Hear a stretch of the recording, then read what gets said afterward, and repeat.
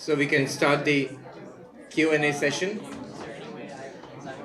If you raise your hands, and there are microphones going around, yes, they'll give the microphone to you.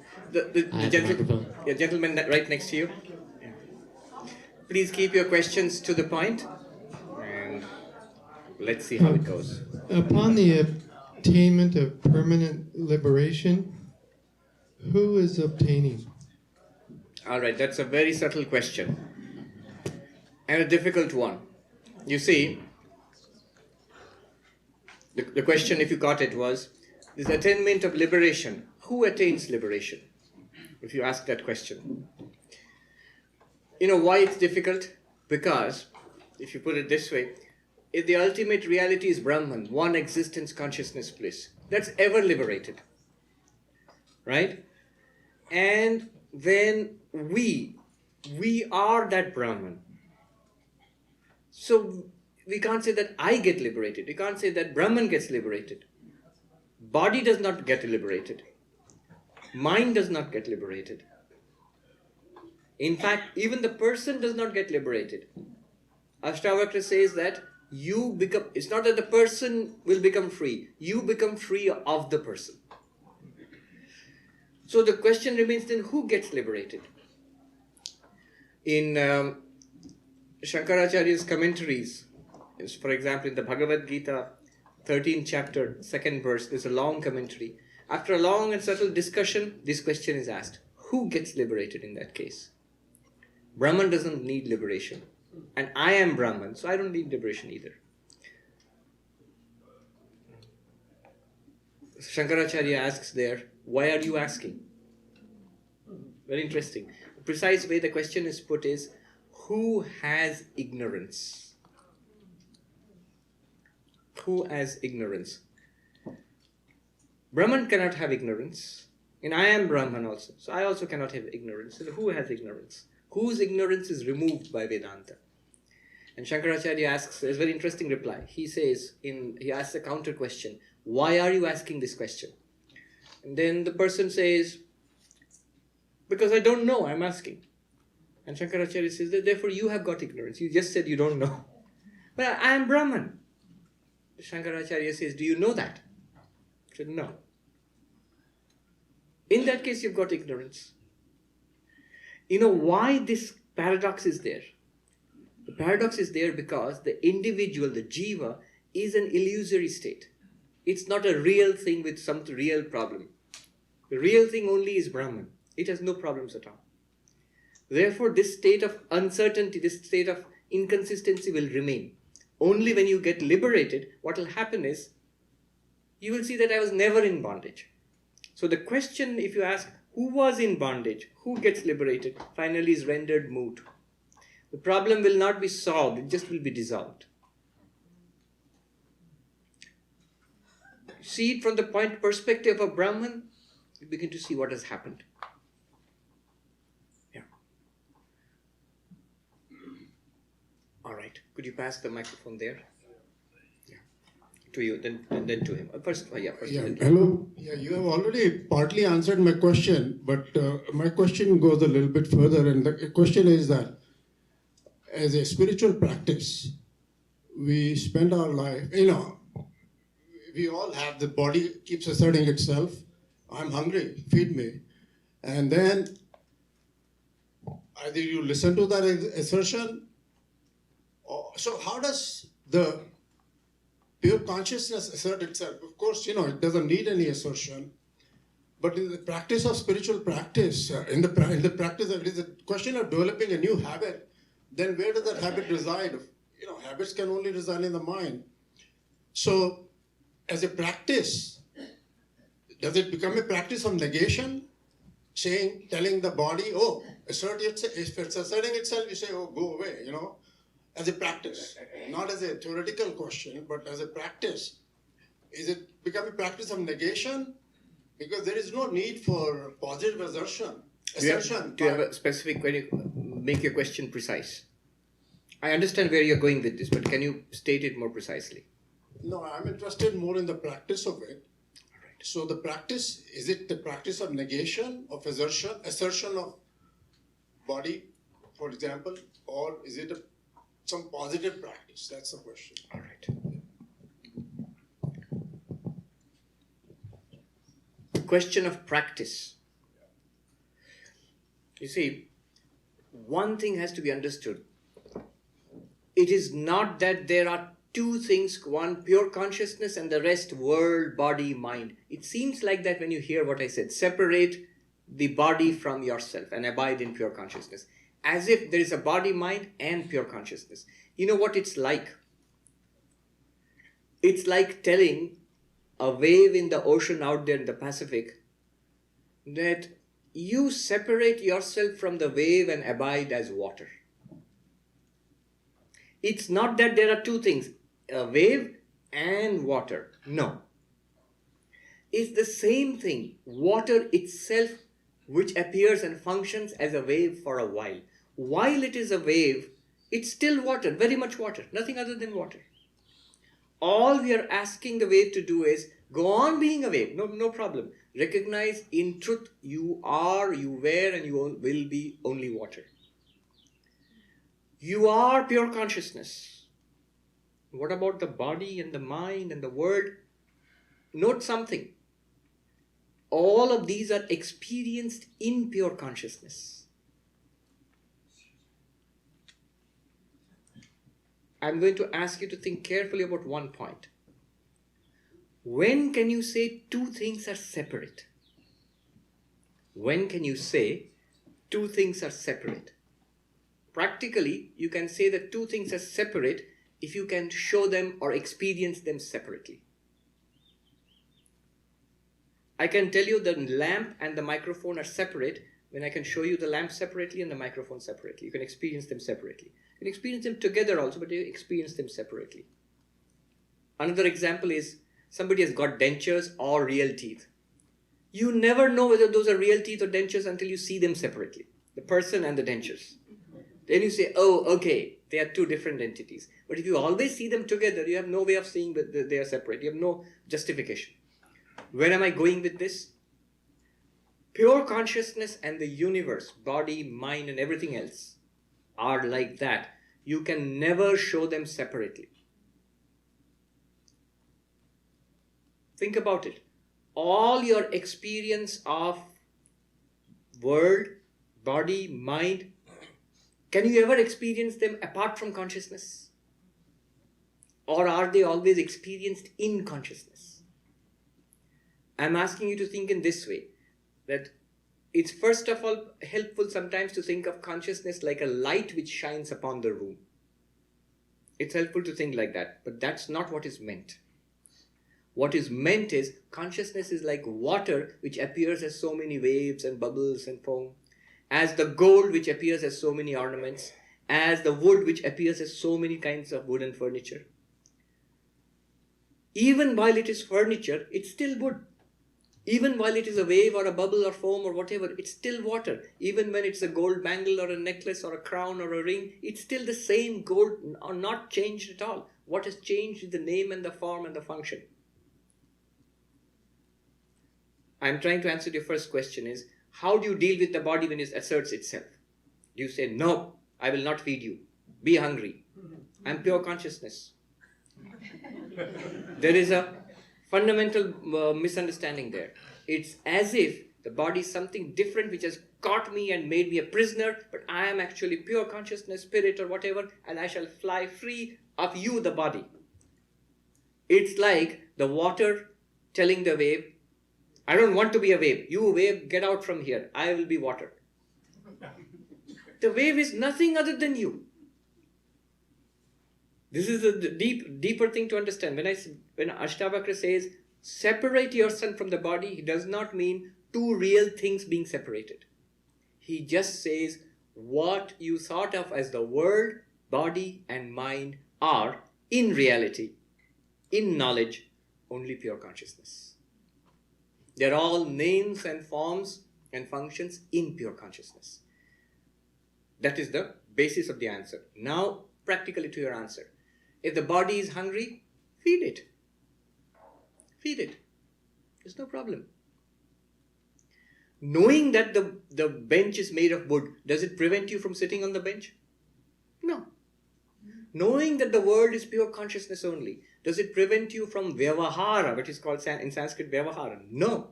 Usage, empirical usage will continue. Did the enlightened persons eat? Oh yes, they did. Sometimes more than us. They had hearty appetites, many of them. There's nothing wrong in it. Annam Brahma iti vyajanat, Upanishad says, no food alone to be Brahman. How can food be Brahman? Food not as food, as an existence, consciousness, bliss, appearing as food. I'll give you another thing. Just think about it. Shankaracharya sings in Nirvana Shatakam, na bhojyam na bhokta na bhojanam. Na bhojanam na bhojyam na bhokta chidananda rupaha shivoham.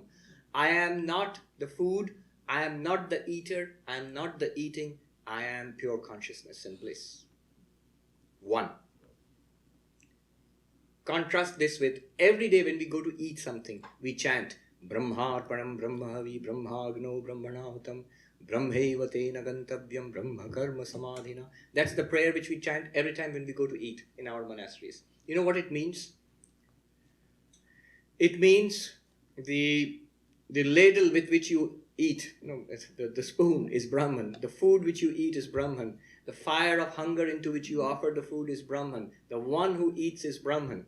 That which is eaten is Brahman. This very action of eating is Brahman. The one who sees Brahman in every action attains Brahman. Now, if you put them together, don't they seem diametrically opposite? In one you said, I am not the food, I am not the eater, I am not the eating. I am Brahman.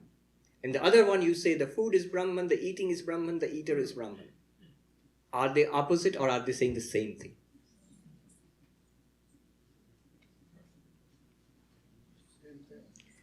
If you understand they are saying the same thing, you have understood Advaita Vedanta. Truly. One of our masters in the Himalayas, he said something very interesting. When somebody says, this is a mass of contradictions, often in the language of paradox is used, contradictions. And the master replied, and it's not a story, actually I heard him say that.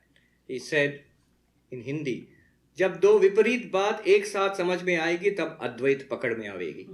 When two absolutely contradictory things are understood to be perfectly reasonable, then you have understood Advaita.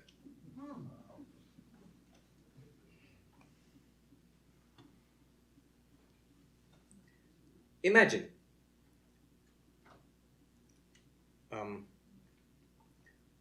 there's a whole old Tamil story about a little boy who went with his father to the museum where there is a wooden elephant. It's a story of the Alvars, I think. A wooden elephant. And the boy gets so scared he hides behind the dhoti of his father and speaks out. And the father says, it's not an elephant, it's just wood. Now, if you say, because the boy didn't recognize the wood nature of the elephant and thought it was a real elephant. And the father recognizes the wood nature of the elephant and knows that it's just a make-believe elephant. Now, if I say to you, it's not an elephant, it's wood. That's correct. If I say, the elephant is nothing but wood. Also correct. It's wood, not an elephant. Correct. The elephant is wood. That's also correct. You mistake, the classic Vedantic example, you mistake a rope for a snake. There are two ways of dealing with it. One way you can say that it's not a rope, it's not a snake, it's a rope. One. Or you can say the snake is a rope. True. Correct. You can say the food is not Brahman, the eater is not Brahman, the eating is not Brahman, only Brahman exists. Correct.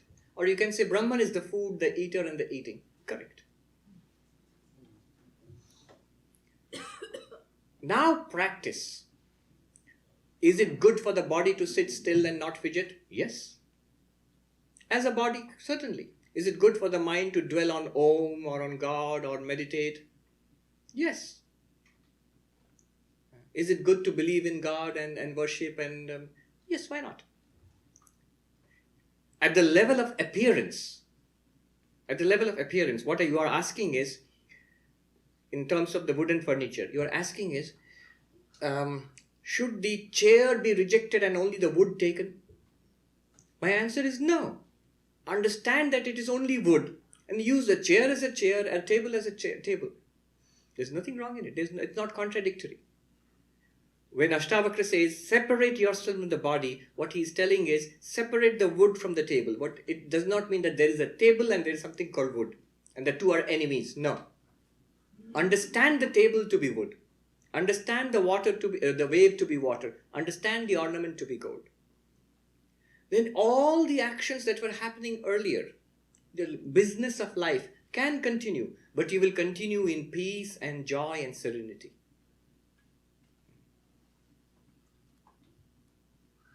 And you asked about practice. There's a whole science of practice. I can go into that, but that's from Ashtavakra's point of view, that's kindergarten stuff.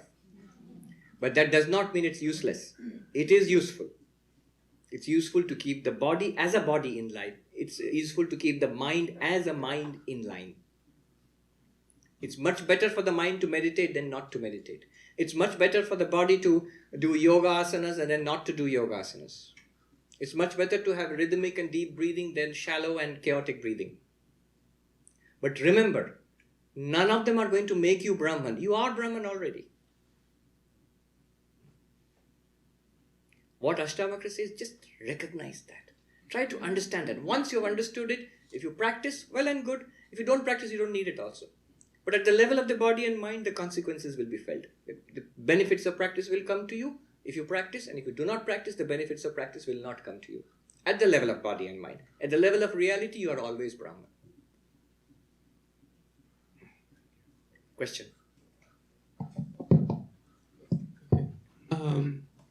My question was, you said you're not the body, you're not the mind, you're the witness. Yes. Witnesses.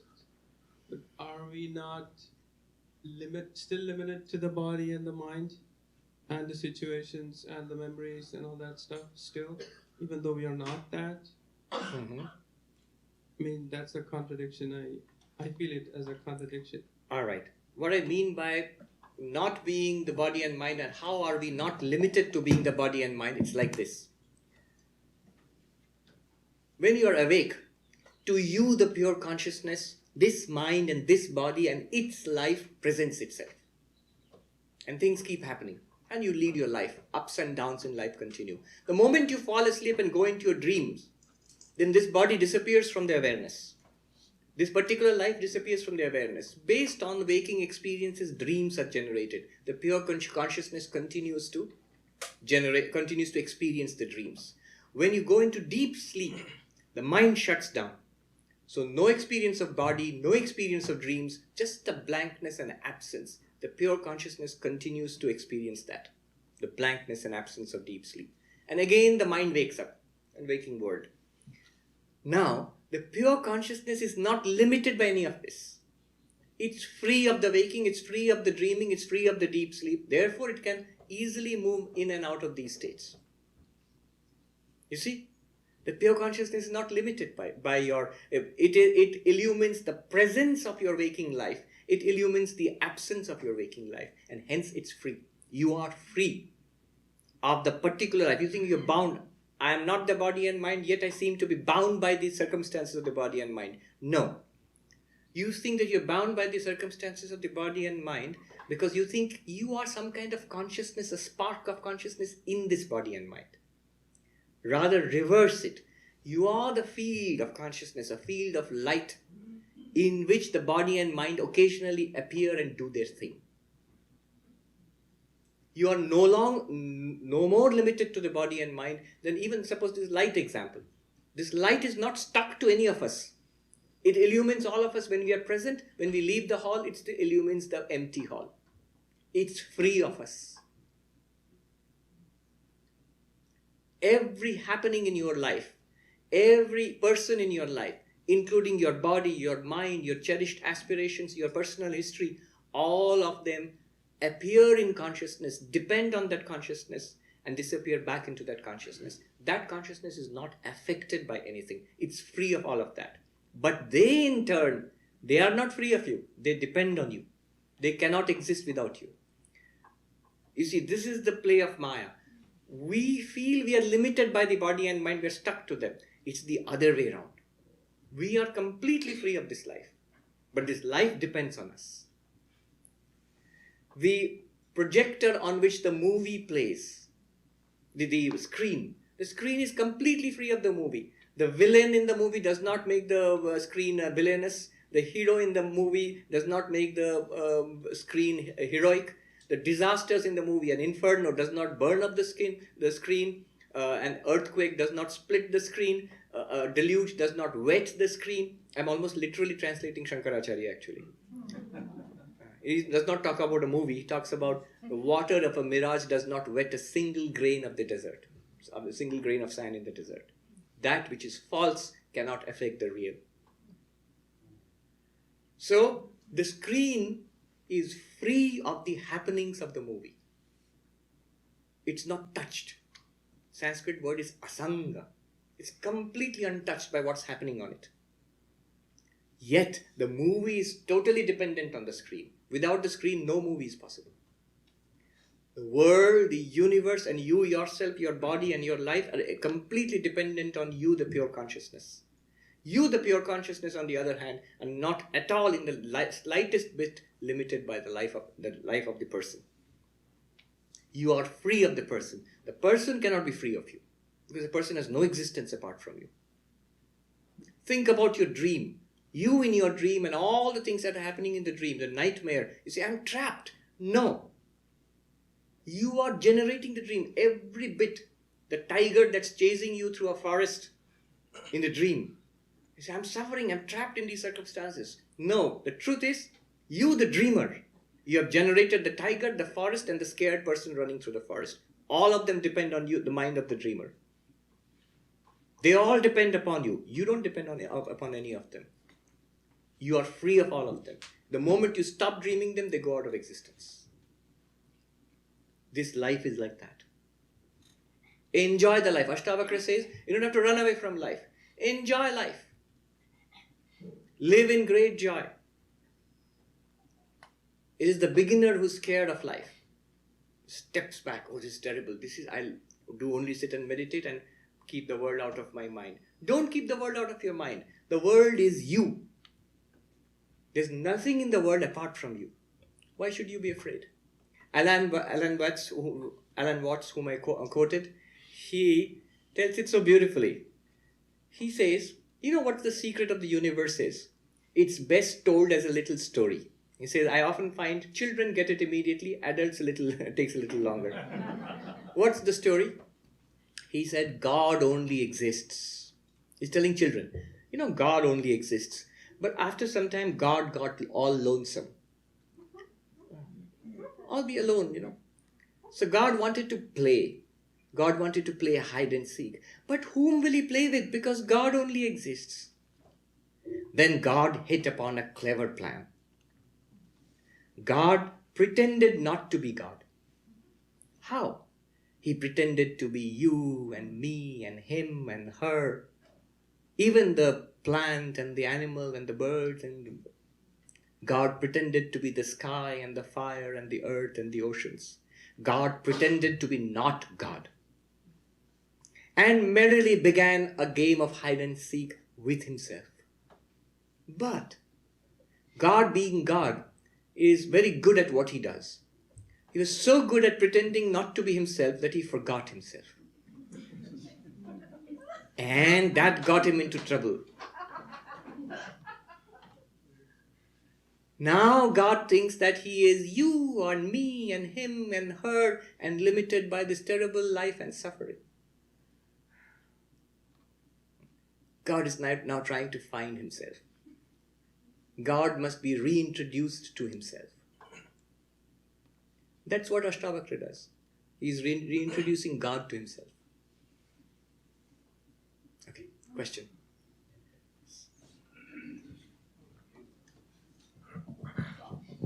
Hello. Two statements. Satyam Jnanam Anantam Brahma. Yes. Sat Chit Ananda. Yes. Make a comment on this. How are there two different statements or one statement? One Swarupa Lakshanam, two Swarupa Lakshanams? You can explain.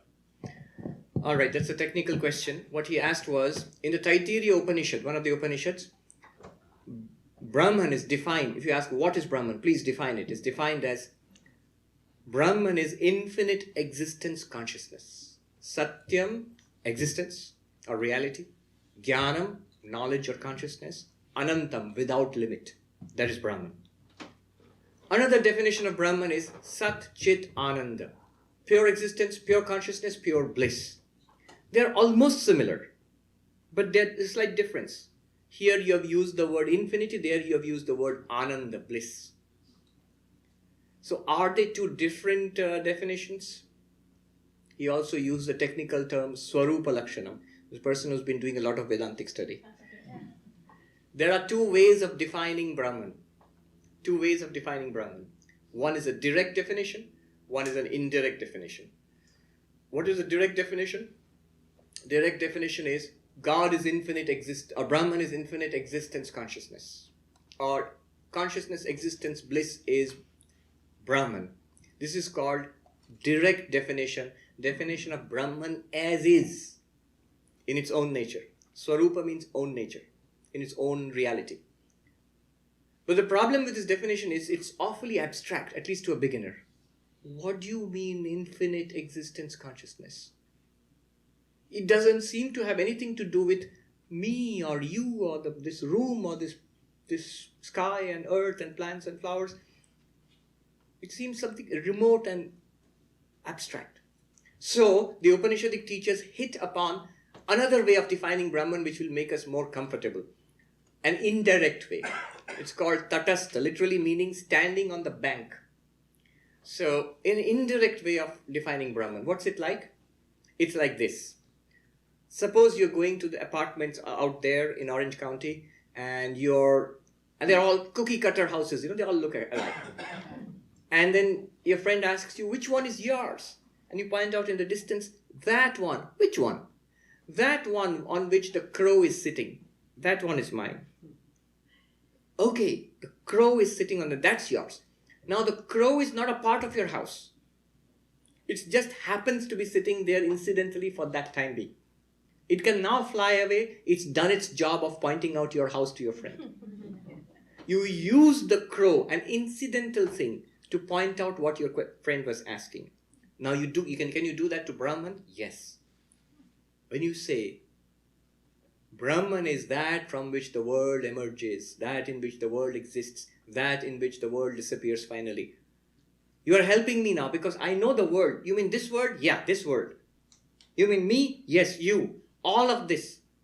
That from which all of this has come, in which it exists, into which it will finally disappear. Know that to be Brahman. Here, this world, the universe is the crow. It has really got nothing to do with Brahman. There's no universe at all according to Advaita. But because it appears, you can see it, it's being used to indicate Brahman. When you realize Brahman, you will see there's no universe at all. It's Brahman only. It's called an indirect definition. So he's asking, are there two direct definitions? Existence, consciousness, bliss, and infinite existence, consciousness? Well, actually, there are not. It's one definition, but put in two different ways, and I'll cut it short.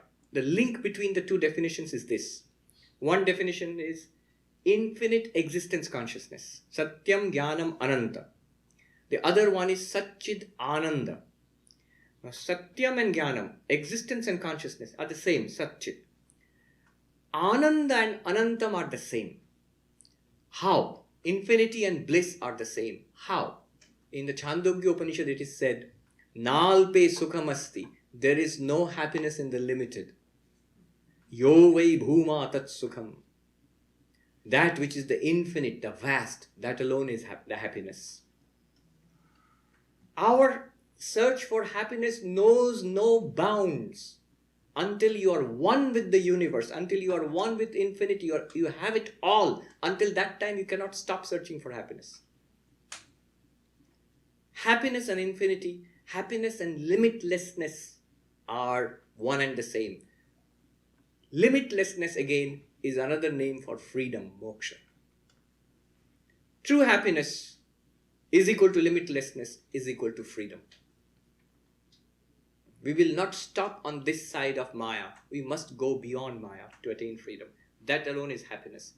Somebody once asked me, when I became a monk, I don't know how I was so wise beyond my years at that time.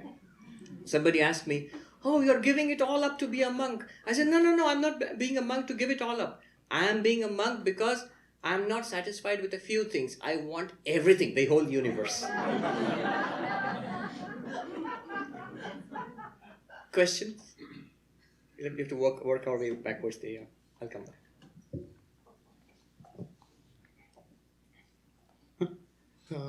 So it's a privilege to listen to you in person. Thank you. So I heard stories of Ramakrishna Paramahamsa that he has given the experience directly to Vivekananda by touching or by some way. So my question is, so is it really necessary to understand Vedanta and Upanishad and true nature of it if the experience can be given directly, and by that experience knowledge will come? Yes.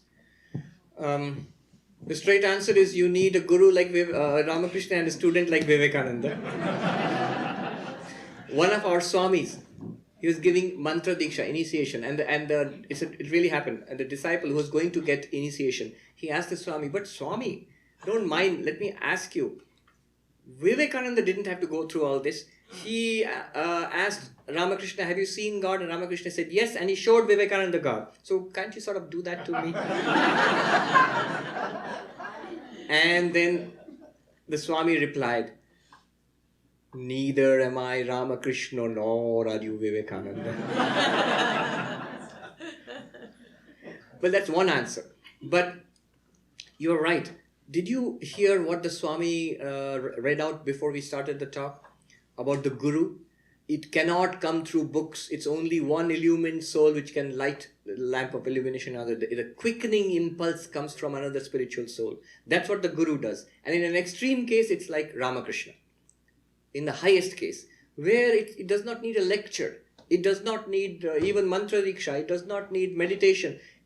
If Ramakrishna wants, if Jesus wants, if Krishna wants, he'll give us liberation just like that. They can do it. But again, you will see, why didn't Ramakrishna do it for everybody? Even when he did it for Naren, what was Naren's reaction? He was terrified. He ran for his life. Arjuna in the Gita asks Krishna, "I've heard 10 chapters of teaching." In the 11th chapter, he asks, "Can I see it? If you think, can I see it?" And he prays to see the divine form of Krishna. I've got all the theory. Chapter 1 to chapter 10. Chapter 11 of the Gita, Arjuna asks this. And Krishna readily agrees. Yes, of course. I'll give you the divine sight. Divyam dadamite chakshu. I'll give you the divine sight by which you can see my universal form. And he does show Arjuna universal form. It's magnificent poetry where it's described, the universal form of Krishna, the Vishwarupa Darshan. Oppenheimer, when he saw the first explosion of the atom bomb here, the test, the mushroom cloud rising and the light there, he chanted from the 11th chapter of the Gita. He was a Sanskrit scholar. He chanted, "I come with the light of 1,000 suns. I come, the destroyer of worlds." Very good. But what was the result? What happened to Arjuna? He was terrified. He was terrified. It doesn't work that way. Unless the person is ready to receive, God out of infinite compassion can give it. But can we hold it? It's like a little bulb with 1,000,000 volts surging through it. It just blow. There was one Vaikuntanath Sanyal.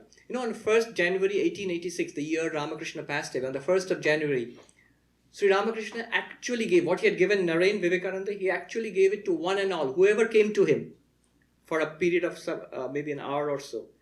People came and bowed down to him and he gave them, "Chaitanya Ho, may you be illumined." And they were illumined at that point. They got an experience. 1st January. In Calcutta, it is celebrated as Kalpataru Day, the wish-fulfilling tree. That when Ramakrishna became the wish-fulfilling tree for just a short span of time. And all got at least very high spiritual experiences. All of them, straight away. The moment they touched his feet and he said, "May you be illumined." But what was the result? Vaikuntanath Sanyal, a householder disciple, he reminisces.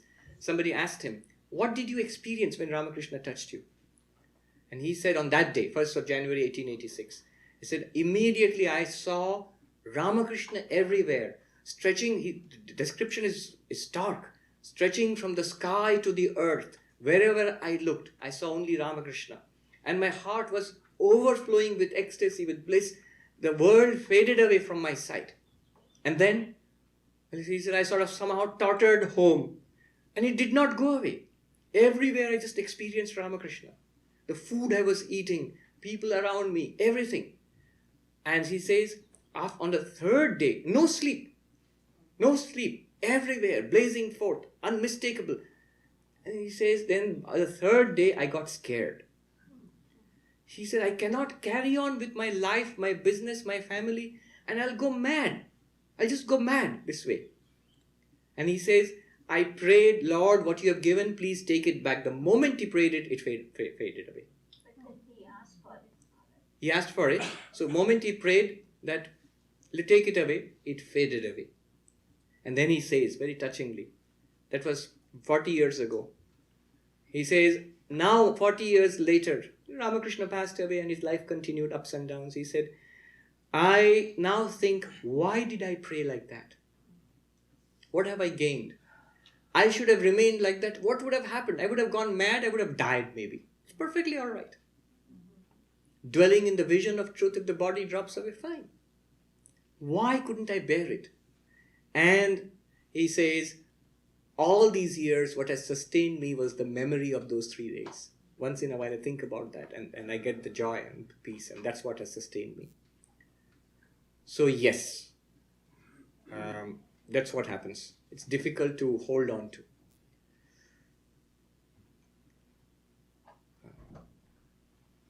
The rest of us, we have to work our way up to it. You see, the truth is, according to Ashtavakra, the truth is completely and totally, fully available to us right now, at this moment. It's right now, literally, believe me, it's available to us. It's not even hidden. Vivekananda called it the open secret. Right now, it's available to us. All our sadhana, spiritual practice, is just cleansing the mirror. Vivekananda says the only thing that you can do is polish the mirror. That's what we are doing. Question? Yes.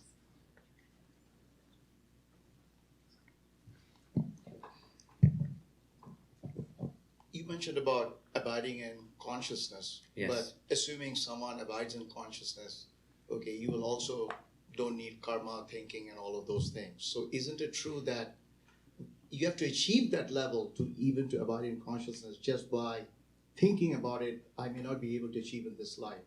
Is that true or false, what I said? Abiding in consciousness.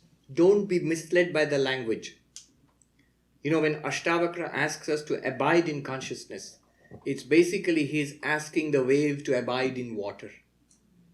He's asking the ornament to abide in gold and the furniture, the wooden furniture, to abide in wood. You will say it's already wood, it's already gold, the wave is already water. Precisely. Abiding in consciousness is just to be free of the wrong notion that I am not consciousness. That I am body, mind. You know what we think about ourselves right now? To be honest, we think about ourselves and we behave that way too. We think that we are bodies and minds with consciousness. What Ashtavakra was pointing out, know for certain that you are consciousness experiencing a body-mind. That nice saying, we think we are human beings in search of a spiritual experience. The truth is we are spiritual beings having a human experience.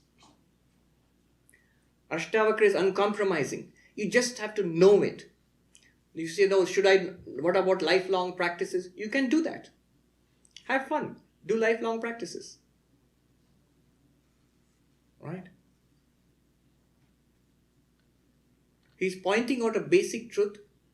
Whether you practice or not, you are Brahman. So I will not practice, I will not meditate, I will not pray. Then you will suffer.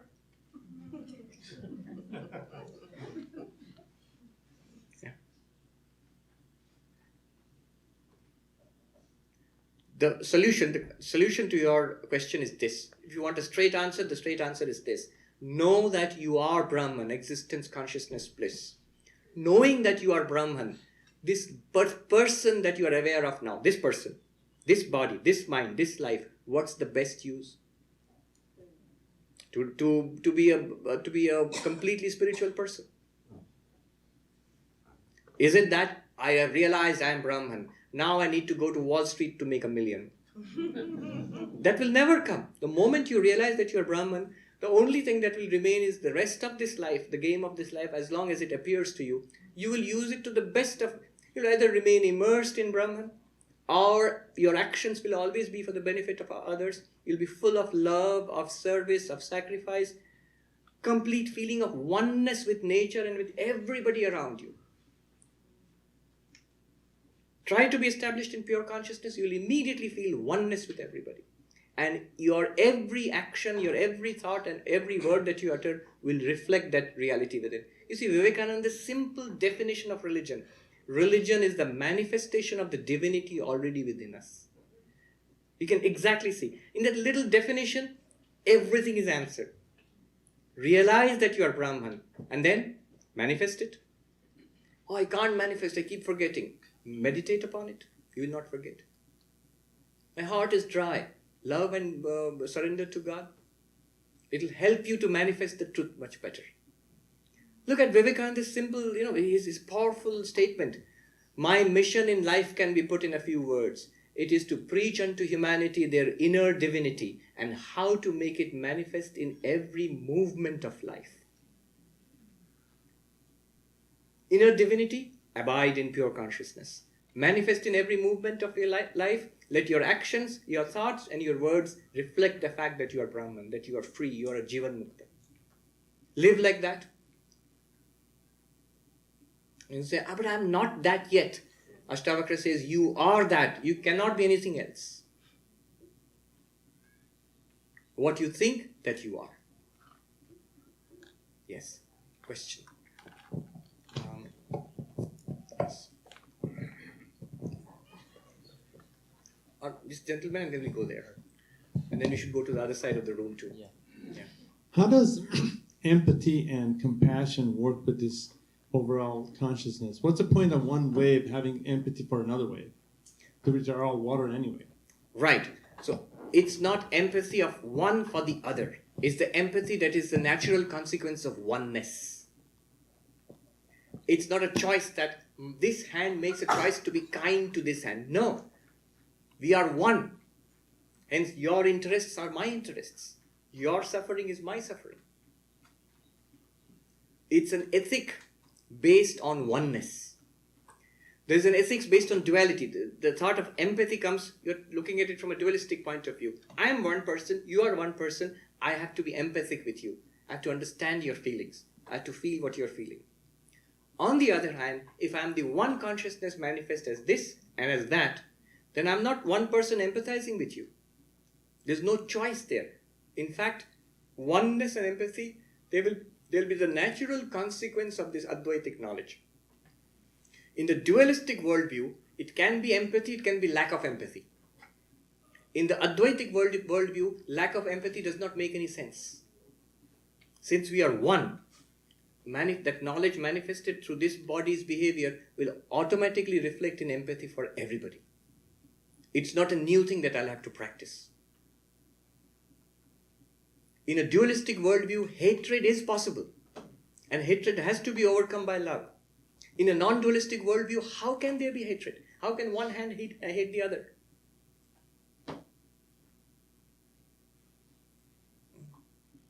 You say that, but then how can one hand love the other? One hand cannot love the other in a dualistic way, but one hand can feel oneness with the other. In the deepest sense, what is empathy but oneness? Empathy means with the other, feeling the emotion of the other. Yeah. We go to the back of the room and then we'll go to the other side.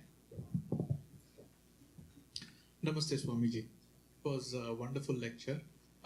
My question is this.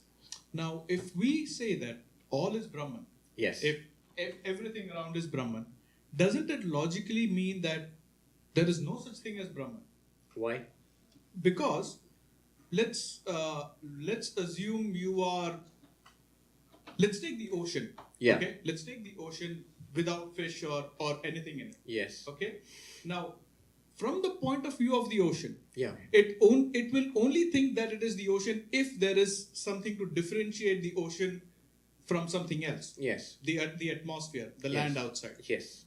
Now, if I take the same argument to Brahman, Yes. the only reason we are all seeking Brahman is because we are different from it. If we were Brahman itself, that was going to be the second point of my question.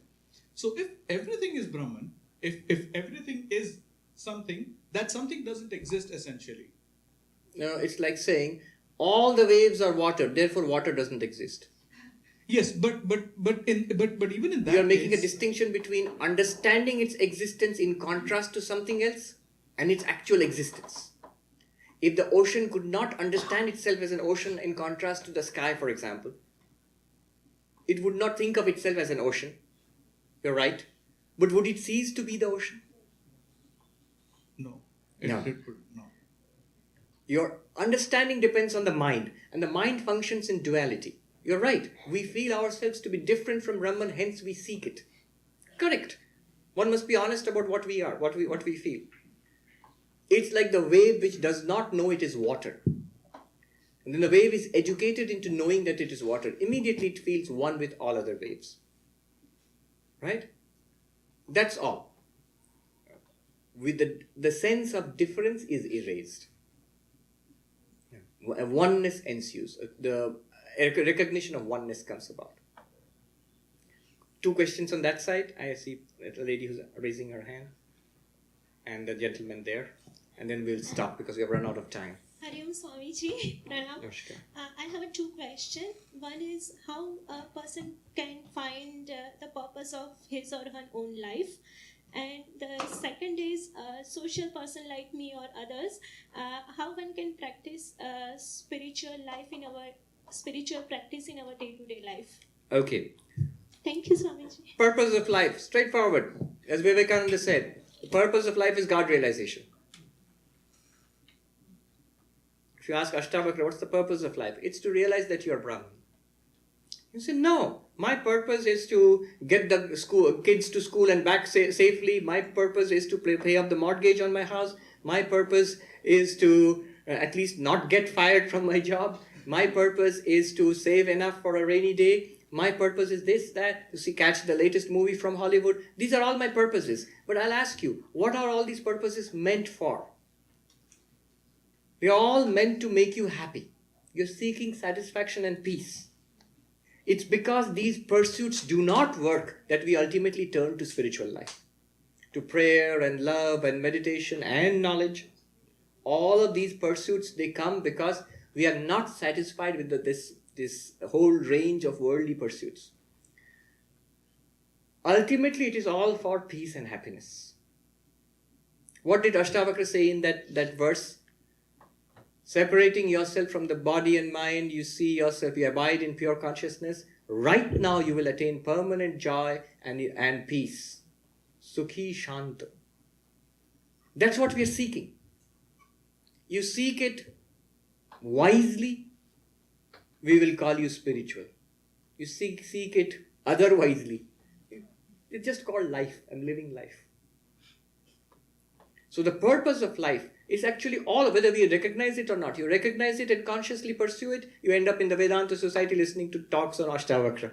You don't recognize it, and you're just having a fun and a nice weekend somewhere out there.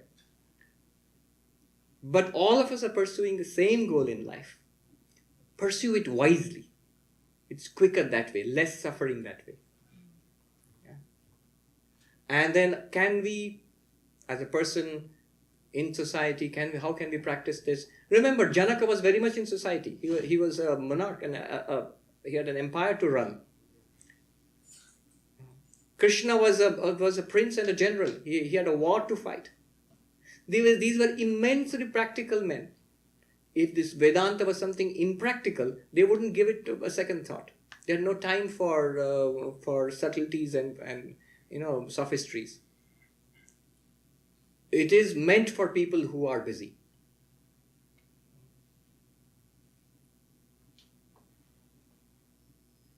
All right. Question there.